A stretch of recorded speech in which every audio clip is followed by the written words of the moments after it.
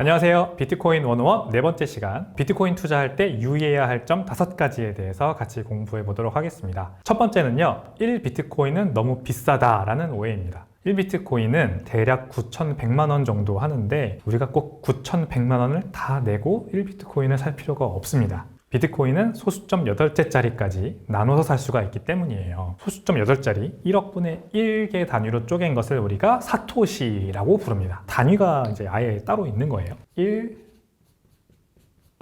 SAT, 사토시의 이제 줄임말 단위거든요. 1세트 이렇게 부르기도 합니다. 1억 분의 1 비트코인을 1사토시라고 부릅니다. 거래소에서도요, 우리가 1비트코인을 다 살 필요가 없고 1억 분의 1 비트코인으로 쪼개서 살 수가 있는데, 우리가 일반적으로 주식 투자할 때도 최소 거래 단위라는 게 있지 않습니까? 1원 어치 주식을 살 수는 없죠. 그래서 이제 거래소에서도 자체적으로 룰을 도입해서 한 5,000원부터만 살 수 있게 해놓다던가 자체적인 룰들이 있습니다. 어쨌든 1비트코인을 우리가 1억 원을 들여 살 필요가 없다. 5,000원부터도 구매가 가능하다. 0.0000000 몇 비트코인으로 구매가 가능하다라는 거. 그래서 투자를 하고 싶은 분들 입장에서 조금 더 소액으로 먼저 투자해 보시는 것도 추천을 드립니다. 두 번째는요, 이 비트코인은 24시간 거래된다는 점을 우리가 꼭 알아둬야 됩니다. 2022년 10월 말이었을 겁니다. FTX라고 하는 전 세계 3위 규모 거래소가 파산을 해버렸어요. 어느 날 갑자기 그런 일이 터져버린 겁니다. 이제 우리나라는 그때 모두가 잠든 밤이었는데, 미국은 아무래도 그때가 이제 아침이니까 FTX 파산 사태가 딱 터지고 야밤에 경종이 막 울려서 잠에서 깬 한국 분들이 굉장히 많을 거예요. 단기로 투자를 하시는 분들은 갑자기 내가 자는 시간이 예상치 못하게 가격이 폭락을 해서 잠에 깨는 경우가 발생할 수 있기 때문에 더 안전하게 투자를 하는 법을 반드시 익히셔야 합니다. 저는 그래서 장기 투자를 항상 권유를 드리잖아요. 비트코인이 가격이 어떻게 되든 너무 흔들리지 말고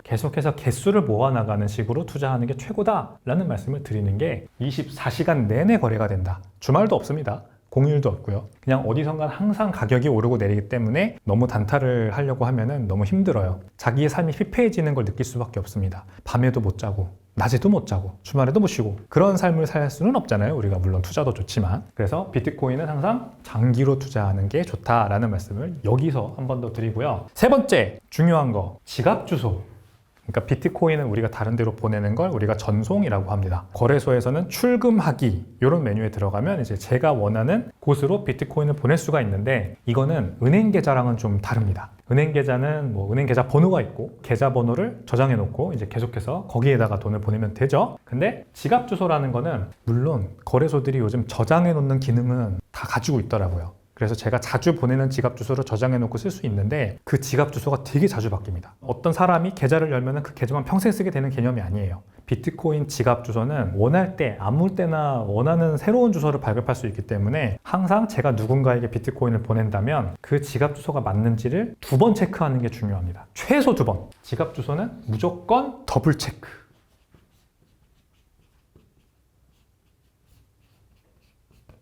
강조를 하면 할수록 더 부족합니다. 계속 강조할 수 있습니다. 이런 실수를 해본 적이 너무 많아요. 제가 다른 거래소에 있는 제 친구 지갑 주소로 비트코인을 보내거나 아니면은 그 친구의 개인 지갑 주소로 비트코인을 보낼 때 이 지갑 주소를 2번 체크 안 해서 중요하게 생각하는 큰 금액의 비트코인을 잃어본 적도 있습니다. 지갑 주소가 알파벳 ABC 그리고 숫자 1, 2, 3, 4, 5 또 알파벳 ABC 이런 식으로 굉장히 길게 알파벳과 숫자를 섞인 형태로 딱 나오는데, 이거를 이제 친구한테 주고 여기로 보내 라고 하거나, 또는 친구한테 이걸 받고 제가 거기로 비트코인을 보낼 때 적어도 앞에 4자리 그리고 끝에 4자리 정도는 확인을 해보고, 요 4자리 정도까지만 맞는지 틀린지 확인을 해보고 보내야 실수를 안 할 수 있습니다. 요거를 확인 안 하고 보내다가 다른 주소로 보내면, 그러니까 전혀 엉뚱한 주소로 제 비트코인을 보내면 그 비트코인을 영영 찾지 못할 수 있어요. 영영 누실될 수 있습니다. 그래서 우리가 암호화폐 거래소들도 사용해보면 입출금 메뉴에 이 워닝 사인 가장 크게 박혀 있는 게 뭐냐?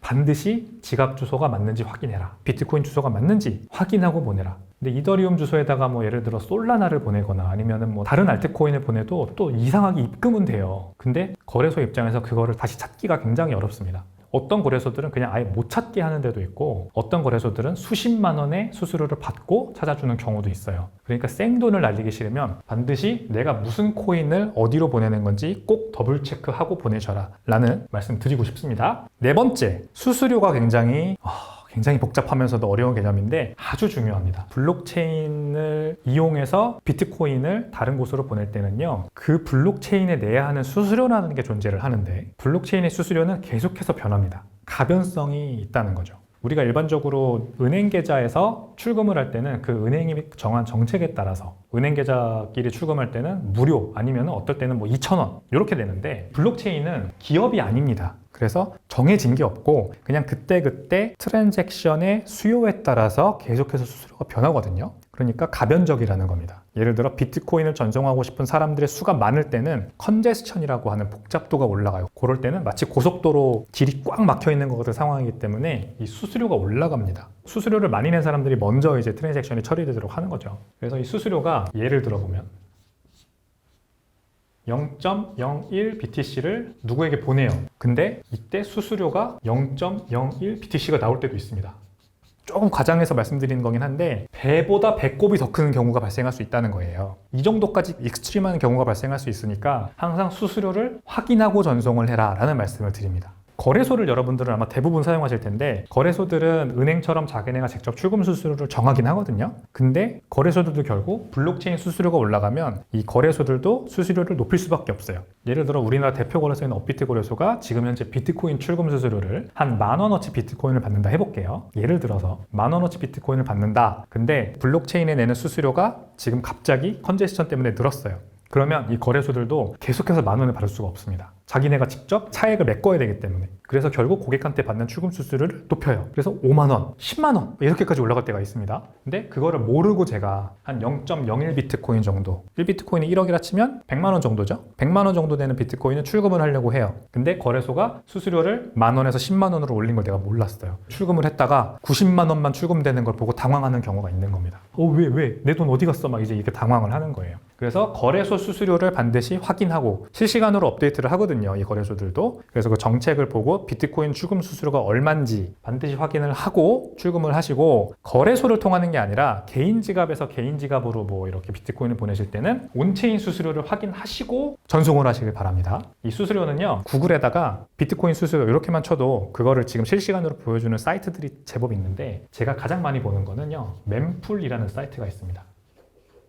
멤풀이라고 검색하시면 아마 사이트가 검색이 될 텐데요. 이 멤풀에 들어가면 지금 대략적으로 내가 비트코인을 개인 지갑으로 전송하면 얼마 정도의 수수료를 내게 되는지를 계산을 해줍니다. 굉장히 유용하겠죠? 근데 만약에 이게 너무 높다. 지금 컨제스천이 너무 높아서 수수료가 막 10만원, 20만원 막 이렇다. 그러면 그때 굳이 출금하지 마시고 그 친구한테 이제 돈을 보낼 다른 방법을 찾아보시고 컨제스천이 내려갔을 때 비트코인을 보내는 게 좋다. 이런 의사결정을 하라는 겁니다. 마지막 5번째는 세금입니다. 지금 이제 비트코인은 우리나라에서는 가상자산 관련된 세금이 없어요. 아마 25년부터 시행이 될 거로 보입니다. 지금 이제 5월 달이니까 한 7개월 후부터는 비트코인이 본격적으로 과세 대상이 될 거다. 이런 전망이 우세합니다. 얼마 전에 총선이 끝났잖아요. 총선에서 압승을 거둔 민주당의 공약이 비과세 한도를 5천만 원까지는 해주겠다라는 공약이 있어요. 그래서 과세가 시행이 되더라도 비트코인으로 한 해 동안 벌어들인 수익에서 5천만 원까지는 비과세로 해줄 가능성이 지금은 좀 높아 보이는 상황입니다. 아직까지 결정된 건 아무것도 없고요.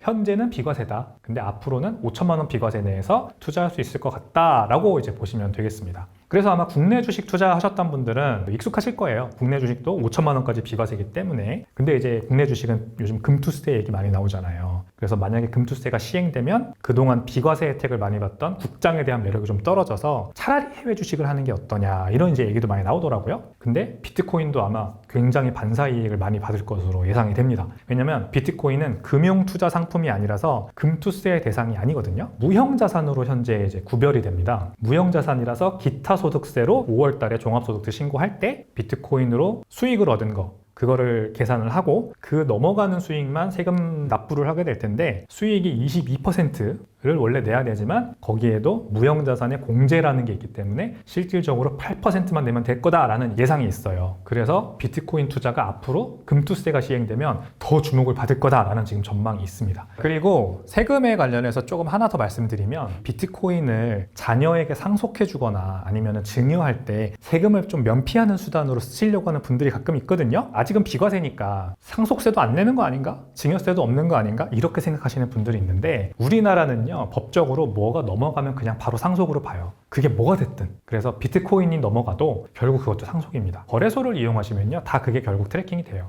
왜냐하면 거래소에다가 계정을 만든다는 거는 결국 여러분의 이름과 생년월일 그리고 전화번호까지 개인정보를 거기에다가 저장을 하고 원화를 내 은행 계좌로 입금해서 비트코인을 매수하시는 거잖아요. 그러면 거기에서 파생된 어떤 비트코인의 전송은요, 다 트래킹이 된다고 보시면 됩니다. 종합소득세 신고하실 때 거래소에서 비트코인 매수한 그 기록을 반드시 국세청에 제출하셔야 될 거고, 그러면은 국세청에서 이 금액이 크다, 그리고 뭐 한동안 나가긴 했는데 들어오진 않았다, 이런 걸 파악을 하면 이 비트코인은 어디로 갔나요? 라고 물어보겠죠. 그러면 그거를 소명을 하셔야 돼요. 그걸 소명을 못한다. 예를 들어 내가 그거 샀는데 개인 지갑에 넣어놨다가 제가 강에다 빠뜨렸어요. 이런 식으로 면피를 하시려고 하면요, 그것도 어차피 다 미신고로 가산세까지 물고 세금 다 내셔야 됩니다. 상속세나 증여세 같은 거는 알아서 스스로 세금 신고를 해야지, 그러지 못하면은 세금을 안 냈다고 보고 가산세까지 무니까 절세 수단으로 비트코인 투자하시는 거는 좋으나 탈세 수단으로 악용하는 거는 어렵다라는 거 꼭 기억하셨으면 좋겠습니다. 네, 그래서 오늘 공부한 5가지. 비트코인은 1사토시, 1억 분의 1 비트코인 단위로 나눠 살 수 있으니까 소액 투자 가능하다. 비트코인은 24시간 거래되기 때문에 조심해서 투자하라. 장기 투자하는 게 좋다라는 말씀 드렸고, 지갑 주소가 굉장히 복잡하기 때문에 이거를 더블 체크하지 않고 전송했다가 큰 돈을 잃을 가능성이 있다. 그러니까 앞에 4자리, 뒤에 4자리까지만 해도 꼭 확인하고 보내라 라는 거 말씀드렸고, 수수료 너무 비쌀 때 있으니까 항상 수수료 확인하는 습관 들이자라고 말씀드렸습니다. 거래소 이용하면 거래소의 현재 출금 수수료 얼마인지 보고, 거래소가 아니라 개인 지갑이면 멤풀 같은 사이트 들어가서 비트코인 현재 전송 수수료 얼마인지 보고 보낼지 말지 결정하자 라는 말씀 드렸고요. 마지막, 세금. 지금 현재 가상자산은 국내에서 비과세이나 내년부터 시행되면 5천만 원까지 비과세, 나머지만 세금을 낼 텐데 무형자산 공제 때문에 굉장히 그것도 싸게 세금을 내게 될 가능성이 있다. 그래서 절세 수단으로 좋다. 다만 상속이나 증여를 위해서 탈세 수단으로 이용하려고 하셨다가 나중에 가산세까지 때려 맞을 수 있으니 탈세로 이용하지는 말자라는 말씀까지 드렸습니다.